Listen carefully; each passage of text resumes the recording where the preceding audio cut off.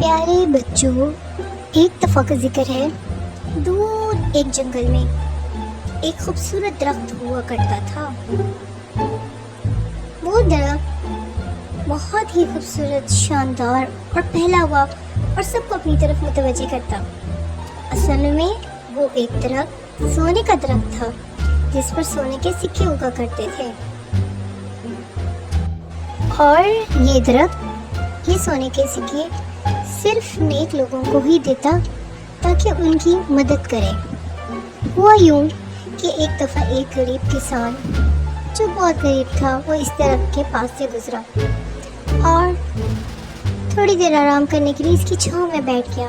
تھوڑی دیر کے بعد ہی درخت نے اس کی گود میں ڈھیر سارے سکے گرا دیے۔ کسان حیران پریشان کہ یہ کیا ہوا، یہ کہاں سے گرے؟ پھر درخت بولا، اے نیک دل انسان، میں ایک سونے دینے والا درخت ہوں، مجھ پر سونے کے سکے اگلتے ہیں اور میں صرف انہی لوگوں کی مدد کرتا ہوں جو نیک ہوتے ہیں۔ یہ سن کر کسان نے درخت کا شکریہ ادا کیا اور اسے یقین دہانی کرائی کہ وہ یہ سکے نیک کام میں خرچے گا۔ کسان بوری بھر کر ان سکوں کی اپنے گھر لے آیا اور چند سکے لوگوں کی مدد کے لیے بھی لے لیے۔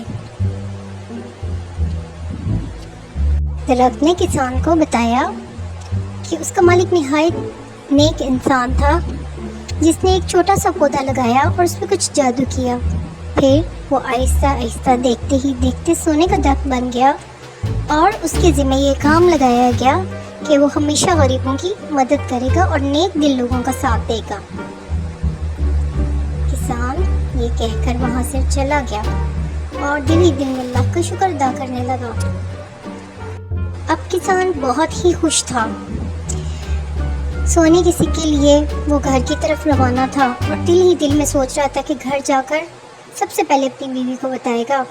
تو اس نے ایسا ہی کیا، سب سے پہلے اپنی بیوی کو بتایا اور اس کی بیوی کو اس بات کو راز رکھنے کے لیے ہی کہا اور اللہ کا شکر ادا کیا۔ اگلے دن اس کی بیوی نے کچھ سکے لے کے مارکیٹ جانے کا سوچا۔ وہ سونے کی مارکیٹ کو پہنچی اور اس نے سوچا کہ کچھ سکے بیچ کر گھر کا راشن خریدے گی اور اپنا گزارا چلائے گی۔ یہ سوچ کر وہ مارکیٹ میں آئی۔ مارکیٹ میں آ کر اس نے جس سنار کو سونے کے سکے بیچے، وہ انتہائی تیز انسان تھا۔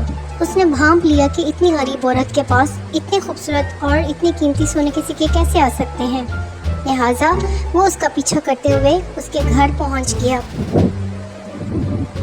گھر پہنچ کر اس نے ان میاں بیوی کی باتیں سنی اور اسے یہ راز پتہ چل گیا کہ ایک سونے کا درخت ہے جو سونے کے سکے اگلتا ہے۔ اگلے دن وہ سنار اس غریب کسان کا پیچھا کرتے ہوئے سونے کے درخت کے قریب پہنچ گیا۔ اب کسان وہاں کھڑا تھا اور درخت سے اس نے چند سکے لیے اور درخت کا شکریہ ادا کر کے گھر کو چل پڑا۔ سنار انتظار کرنے لگا کہ رات ہو اور جب سب چلے جائیں تو وہ اس درخت سے سونے کے سکے حاصل کر سکے۔ رات ہوئی، سنار نے کوشش کی کہ درخت کو ہلائے اور سونے کے سکے حاصل کرے، لیکن جب اس نے ایسا کرنا شروع کیا تو درخت غصے میں آیا اور اس نے اس پر پتھر برسانے شروع کر دیے۔ پتھر برساتا رہا۔ سنار نے بہت کوشش کی اور اپنی جان بچانے کے لیے سر پٹ دوڑا۔ دوڑتے دوڑتے وہ بہت شدید زخمی ہو گیا اور اسے شدید چوٹیں آئیں۔ جب اس بات کا پتہ گاؤں والوں کو اور کسان کو چلا تو وہ اس کی مدد کو پہنچا۔ صبح ہوتے ہی سنار نے کسان سے معافی مانگی اور اسے سونے کے سکے واپس کر دیے۔ کسان بہت ہی خوش ہوا اور اس نے کہا، ٹھیک ہے، میں ان سکوں کو نیک کاموں میں خرچ کروں گا۔ اس نے اپنے پورے گاؤں کی مدد کی اور اس طرح تمام گاؤں والے غریبی سے باہر آ گئے۔